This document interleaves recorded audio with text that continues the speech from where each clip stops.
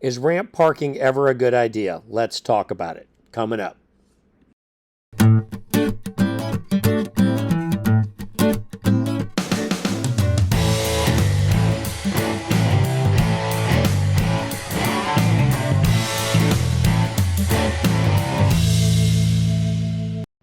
It's important to plan where you're going to take your rest breaks, and it is important to have a backup plan in case you get there and there's no room at the inn.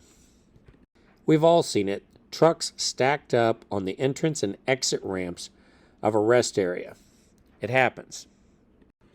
This guy's clock must have been ticking faster than Marissa Torme's biological clock winding down, because he needed to find a place in a hurry. The rest area was full, and there were already trucks parked on the ramp exiting the rest area. But hey, there's room for one more to squeeze in, right? From the front, it looks like he's not in the road, right? Let's not even bother to go back and look. We have 4 clocks that we live by: our brake clock, our drive clock, our day clock, and our cycle clock. In this particular case, the problem is his brake clock, because he needs to take a 30-minute break, so he's got to find a place to shut down for 30 minutes so that he can get to the rest of that drive time that is behind the 8-hour brake clock. When driving out of a rest area and there's a vehicle parked at the end of it, Jack's words come back to me. It's not truck driving, it's trailer driving. You got to get that truck and trailer to go through there. And that's sometimes easier to say than it is to do. This guy's axles are all the way forward, and he's going to swing out just a little wide, take it all the way out to the edge, and go straight, and he just clears that trailer. That sure did look pretty close, didn't it? I certainly wouldn't have wanted to be standing between them, because that was tight. Now we've got a long-nosed Pete with chicken lights and a drop deck. Going to skirt right on through there and try his best not to damage anything, especially his own truck and trailer. You can tell he likes that truck and trailer with all those lights he maintains. Circles back to the right. Look at that. Looks good, doesn't it? Now this dump, he's not going to have any trouble. This is a dump truck. He's going to be able to just wiggle right on through there.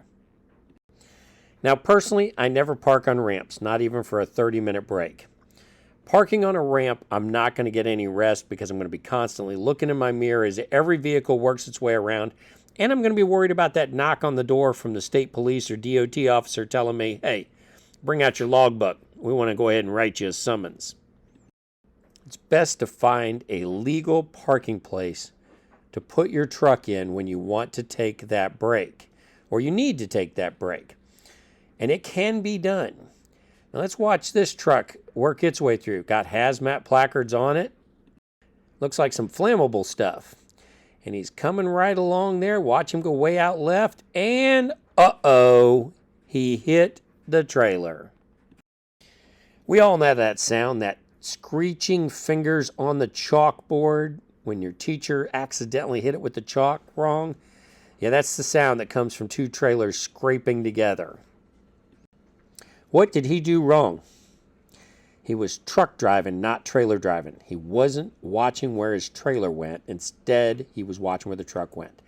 And these 2 trucks hit against each other, put some scrapes and scratches, didn't damage the doors like it could have. So who's at fault? We've got one guy who was parked on a ramp with his tail end sticking out in the lane. And we've got another guy who did not drive his trailer correctly and struck the vehicle. So now both drivers are going to have to get out and inspect their rigs to be sure that their trailer doors still open properly, that there's no holes punctured in the sides of the trailers, that they didn't shift any load. They all have to take a quick look at this stuff, and they've just cost themselves more time.